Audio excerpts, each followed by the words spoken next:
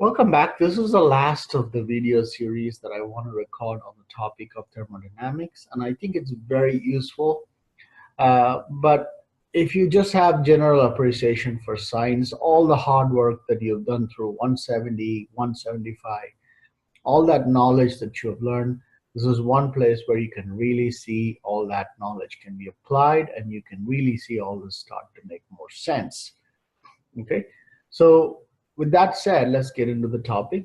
For the purpose of this class, at least for the purpose of the videos that I'm recording, there are the three primary terms that you need to know, and they are enthalpy, which is delta H, entropy, which is delta S, and Gibbs free energy, delta G. I've already introduced what enthalpy is. It's nothing but heat. That is, heat can come into a reaction or come out of a reaction. And entropy is randomness, just like our own class or our lab or myself. Things are random. That is the level of randomness. Things could be so structured, there's less randomness, to things are complete chaotic where there's more randomness. Okay, and Gibbs free energy is the energy that's available out of the reaction that can perform useful work. So I simply put it as work. Now, heat can be absorbed by a reaction or can be released from a reaction. Now, I have mentioned previously the idea of exothermic and endothermic. So figure A corresponds to endothermic. Figure B corresponds to exothermic. All right. I brought this idea up when I discussed chemical equilibrium, but I did not give you a graphical version. Endothermic is going uphill. Exothermic is going downhill. Okay, that's all you need to remember. And generally, reactions that are endothermic are non-spontaneous. Generally, again, there are always exceptions in chemistry. You got to be very careful going with generalized statements.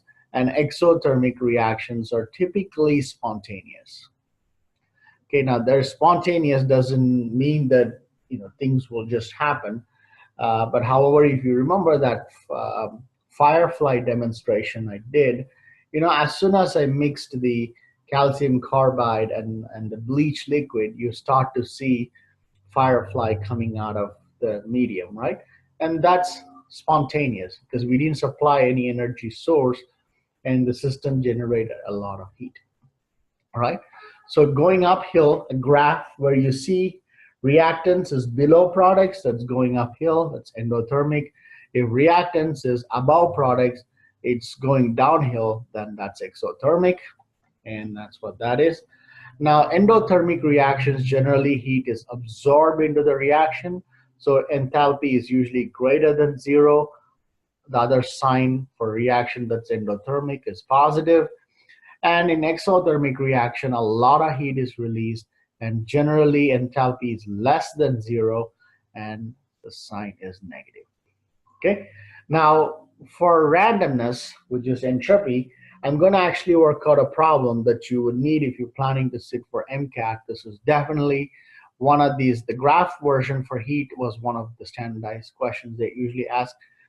Now, I've given 4 reactions so I can walk through each one of them, because this is actually a problem that I've included it on the homework.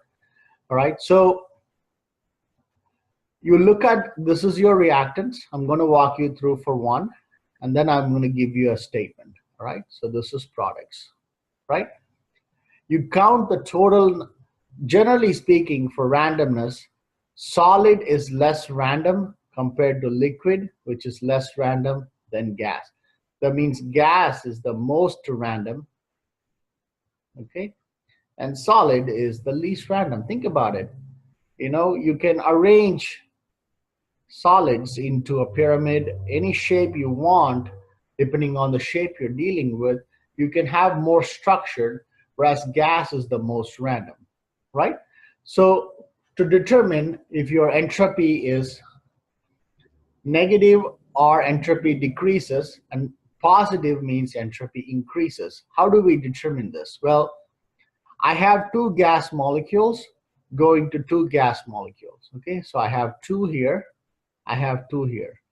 Okay, so that means entropy is neither negative nor positive.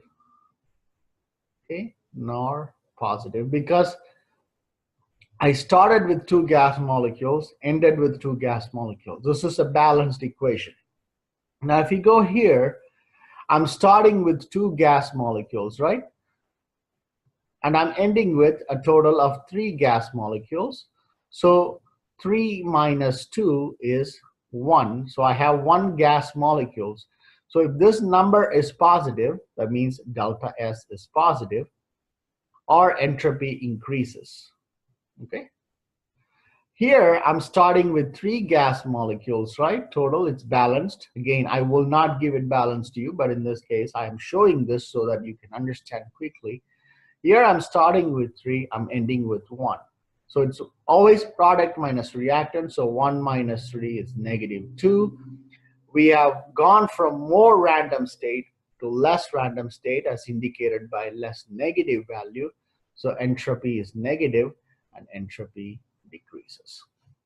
Okay. Now again, same thing here. We've gone from a total of 4 gas molecules to 2 gas molecules, right? So it's 2 minus 4 is negative 2.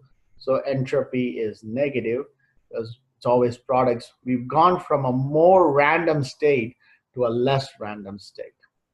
So that's that, right? So if you go from, say, solid to liquid, your entropy is increased, okay, because you've gone from a less random state to a more random state. Again, liquid to gas, entropy increases. The other is not true. If you go from gas to liquid, entropy is negative because you've gone from a more random state to a less random state. Similarly, liquid to solid, entropy is negative. Okay, so this is not very hard concept. All right, so let's say if I have carbon gas to carbon liquid or solid, or there's no such thing as carbon gas, but I'm just saying carbon gas to carbon liquid. A pop quiz.